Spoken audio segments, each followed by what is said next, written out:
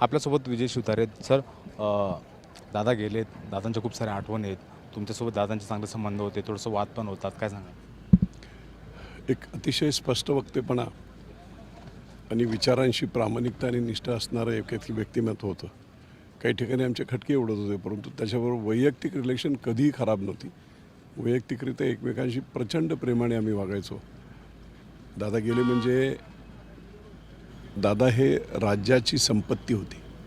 He was asset of government of Maharashtra आणि ती संपत्ती आज आपण हरवली आहे. निश्चितपणे इतक्या ताकदीचा, इतका स्पष्ट वक्ते बोलणारा, इतका गोरगरिबांसाठी शेवटच्या माणसासाठी धडपडणारा माणूस होणे नाही. खूप हानी मोठी झालेली, प्रचंड हानी झालेली. बापू, एक तुमची आणि त्यांची काही अशी आठवण आहे का जी म्हणजे कायमस्वरूपी लक्षात राहील?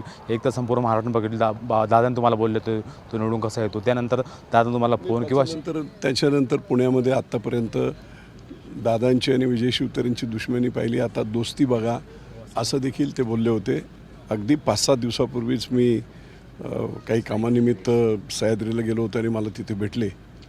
अतिशय तळमळीने त्यांनी मला मनापासून सांगितलं की बापू, किडनी ट्रान्सप्लांट करून घ्या. किती दिवस आम्ही ऐकत असतो की हे. मी म्हटलं आता झेडपीच्या इलेक्शन्स वगैरे आहेत, ह्या इलेक्शन येतील जातील, पण तुम्ही ताबडतोब किडनी ट्रान्सप्लांट करून घ्या. हे शेवटचं वाक्य गेल्या 4-5 दिवसापूर्वीचं सह्याद्रीवरचं. त्यामुळे प्रचंड एकमेकांवर प्रेम करणारा, नेत्यांवर प्रेम करणारा माणूस, काय शब्दात वर्णन करता येत नाही, इतकी मोठी हानी झाली. धन्यवाद बापू. बापूंचे आणि दादांचे चांगले संबंध होते आणि दादांनी बापूंना एक सल्लासुद्धा दिला होता किडनी ट्रान्सफर संदर्भातला. त्याची माहिती यांनी काढून त्यांनी सांगितली. कॅमेरा पर्सन विशालसह मीरा ढाकणे, TV9 मराठी, बारामती.